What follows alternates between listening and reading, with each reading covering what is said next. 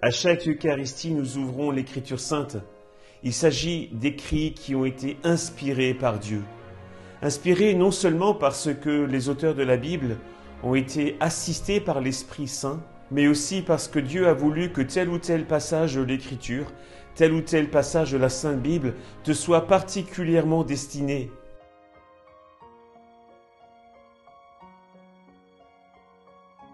Dieu pensait à toi lorsque les auteurs de la Bible étaient en train d'écrire. Dieu voulait t'adresser un message. Alors oui, il y a des passages de la Sainte Bible qui sont particulièrement destinés à toi. Dieu y a pensé. Alors lorsque tu assistes à la Sainte Messe, pense à cela. Lorsque les Saintes Écritures sont proclamées, il y a très certainement un passage qui t'est particulièrement destiné.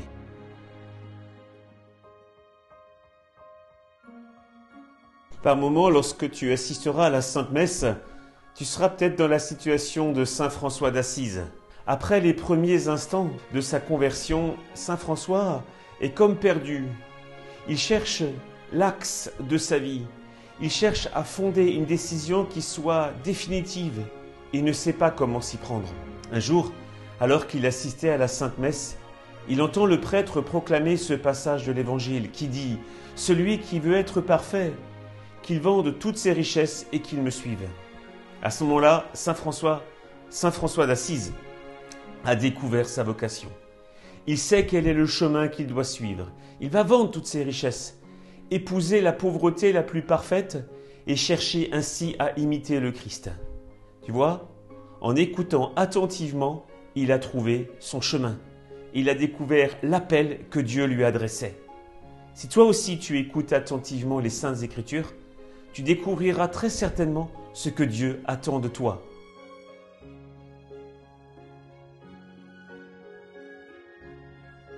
À d'autres moments, tu assisteras à la messe et tu attendras des réponses face à des grandes questions qui se posent dans ta vie.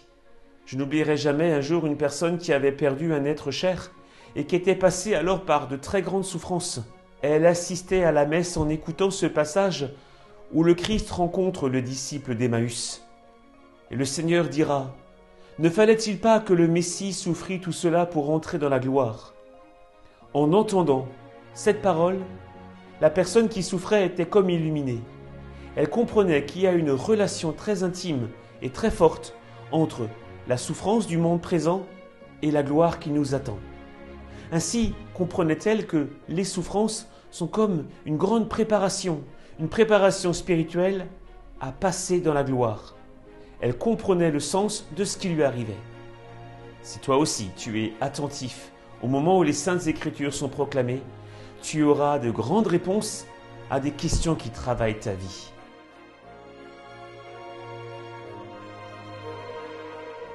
Si tu écoutes attentivement les Saintes Écritures, tu auras des merveilles qui te seront données. En effet, le Seigneur, par exemple, parle souvent des anges, particulièrement des anges des petits qui sont devant la face de Dieu. Donc, on comprend que les anges existent. C'est une révélation que Jésus a donnée. Et tu sais donc que ton ange gardien existe lui aussi, qu'il est particulièrement actif. Alors sois bien attentif, chaque fois que l'Écriture sainte parle d'anges, ce n'est pas simplement des personnages du passé, c'est un être spirituel qui est bien présent à tes côtés. L'Écriture en parle, c'est le moment, pour toujours d'ailleurs, d'y croire.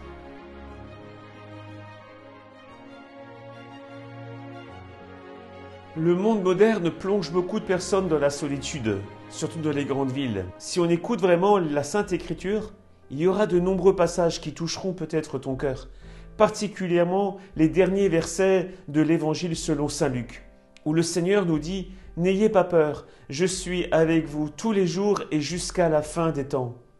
Recevoir ce passage de l'Écriture sainte va nous permettre d'entrer dans cette expérience de la présence perpétuelle de Jésus à nos côtés. Mais si nous n'écoutons pas, si nous n'entendons pas ces paroles qui nous annoncent la présence du Seigneur, eh bien, nous passons à côté.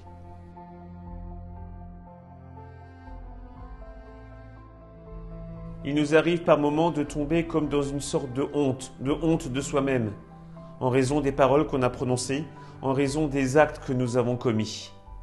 Eh bien, écouter l'Écriture sainte va nous donner une autre merveille. Le Seigneur qui a dit à Saint Pierre, « J'ai prié pour toi, afin que ta foi ne défaille pas. »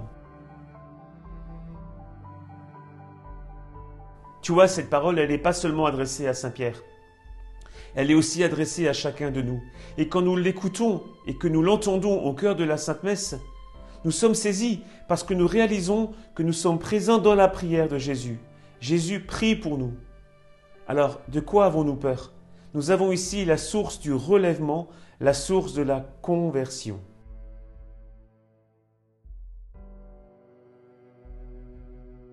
Nous comprenons bien que chaque fois que nous écoutons les Saintes Écritures au cœur de la messe, il y a très certainement un message très fort qui va nous frapper le cœur, nous toucher l'âme.